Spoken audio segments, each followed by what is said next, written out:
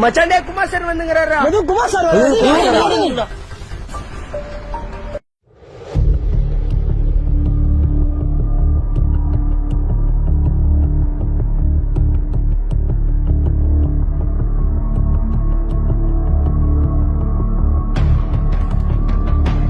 டேய் நில்றா, டேய் நில்றா, டேய் நில்றான்னு சொல்றேன்.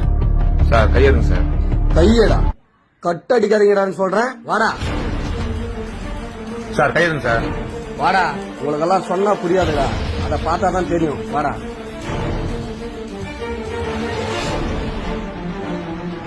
ஏறா வண்டியில, ஏறா ஏறா வண்டியில.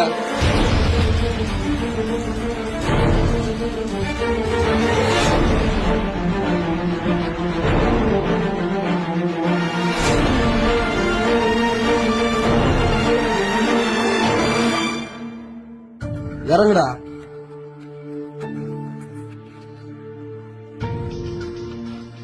போய் பாருடா, நல்லா பாரு. பாத்தியா, உங்க அப்பா தான் உனக்காக எவ்வளவு கஷ்டப்படுறாரு. பாத்தியா, யாருக்காக? எல்லாம் உனக்காக தான்டா. எவ்வளவு கஷ்டப்படுறாரு பாத்தியா. இந்த வெயில்ல நீ கஷ்டப்பட்டா அதனுடைய வலி நான் உனக்கு தெரியும்டா. இத பார்த்தா திருந்துடா, வலிக்காக சுத்தி நிக்கிறது. என்ன பாத்தி, நான் காலையில வேலை செஞ்சு போயிடுறோம். நீ நைட்டு பக்கம் கஷ்டப்படுற. எல்லாம் என் பையனுக்காக தானா. என் பையன் படிச்சு பெரிய ஆளாகி வரணும்னா அதுக்காக தானே இப்படி கஷ்டப்படுறேன். கண்டிப்பா நல்லா படிச்சு என் பையன் பெரிய ஆளாகி வருவானா.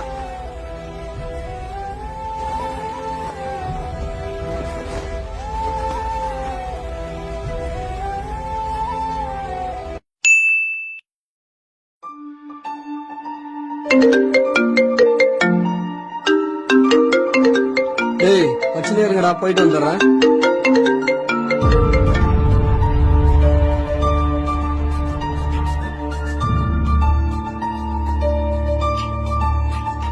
டேய் சார் போயிட்டு இருக்காங்க, போலாம்.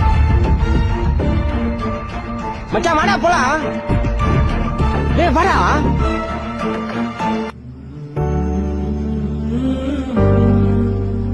வாடா போலாம். நான் வரல மச்சான், நீங்க போயிட்டு வாங்கண்ணா.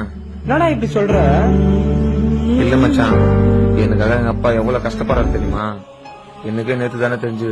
அந்த வெயில்ல எங்க அப்பா கல்லு தூக்கி கஷ்டப்பட்ட அந்த வலி நேத்து நான் அதை பார்த்து என் கண்ணே கலங்கிச்சுடா. நான் எங்கேயோ வரா மாதிரி இல்ல மச்சான், நீங்க போயிட்டு வாங்கண்ணா. இன்னொன்னு சொல்றேன், உங்க வீட்டுல அப்பா அம்மா இப்படிதாண்டா கஷ்டப்படுவாங்க. அதை பார்த்து புரிஞ்சுக்கின்னு நீங்களும் நல்லா படிங்கடா. நான் இனிமேல் படிக்க போறேன் மச்சான், என்னை விட்டுருங்கண்ணா. இதை பார்த்துட்டு இருக்க என்ன மாதிரி ஸ்டூடெண்ட்டுக்கு ஒன்று சொல்லிடுறேன். நம்மளை படிக்க வைக்க நம்ம அப்பா அம்மா எவ்வளவோ கஷ்டப்படுறாங்க. ஆனா அந்த கஷ்டத்தை நம்ம தெரிஞ்சுக்காம ஒரு விளையாட்டுத்தனமா இருக்கும்.